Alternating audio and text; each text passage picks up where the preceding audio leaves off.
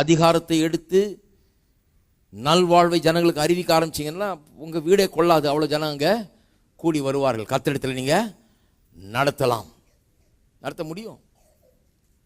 அப்போ நம்ம கொஞ்சம் புரிஞ்சிக்க வேண்டியதாக இருக்குது. எதுக்கு எடுத்தாலும் வா எங்கள் பாஸ்டர்கிட்ட நான் கூப்பிட்டு போகிறேன் வா. அப்புறம் யாராவது ஒரு ஆள் உங்களை கேட்டுறோம், உங்களால் ஒன்றும் முடியாதுங்களான்னு. இப்போ நீங்கள் எதுக்கு இருக்கு? நான் ஏமாத்துறேன் பிரதர், பாஸ்டர் இருக்கிறார், அவர் பெரியவர், அவர் எல்லாம் செய்வார்.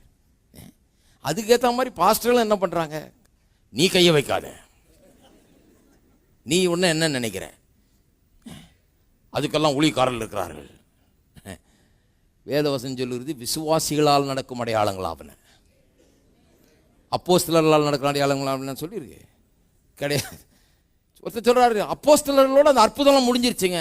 அது பரவாயில்ல, அப்போஸ்தலர் முடிஞ்சிட்டாங்க, உங்களை பொறுத்த வரைக்கும் அப்போஸ்தலர் இல்லைன்றீங்க. சரி பரவாயில்ல, அப்படியே வச்சுங்க. நான் நினைக்கிறேன் அப்போஸ்தலர் இன்னைக்கு இருக்கிறாங்கன்னு. அப்போஸ்தலர் ஒழிஞ்சு போனாங்கன்னா கூட விசுவாசிகள் இருக்கிறாங்களா இல்லையா? விசுவாசிகள் இருக்கிற வரைக்கும் அற்புதங்கள் இருக்கும்.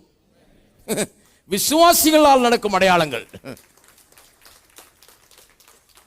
அப்போஸ்தலருடைய சகாப்தம் முடிஞ்சிருதுங்க, அதாவது அற்புதம் முடிஞ்சது கிடையாது. விசுவாசிகள் முடிஞ்ச பிறகுதான் அற்புதம் முடியும். விசுவாசிகளால் நடக்கும் அற்புதங்கள் ஆவன.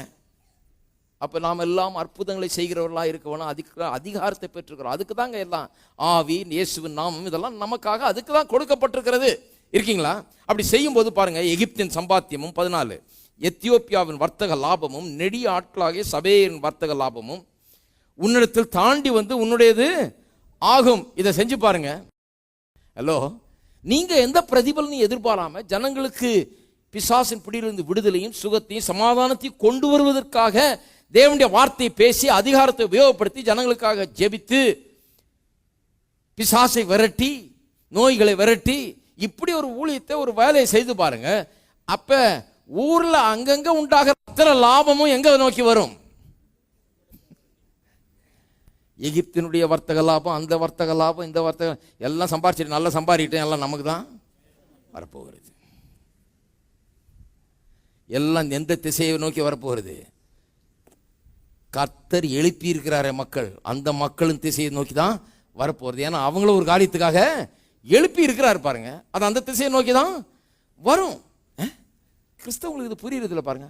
இதெல்லாம் ஒன்றும் இல்லை பிரதர், இது வரும் போகும் சொல்லல. நீதிமானுடைய வீட்டில் ஐஸ்வர்யம் தங்கும், போகுன்ற அர்த்தத்தில் சொல்லுங்க, இருக்குன்ற அர்த்தத்தில் தான் சொல்லியிருக்குது. யார் வீட்டிலேருந்து போகும்? அக்கிரமக்காரனுடைய வீட்டிலேருந்து போகும். எங்கே போகும்? நீதிமானுடைய வீட்டுக்கு. அதனால தான் அவன் வீட்டில் தங்காது.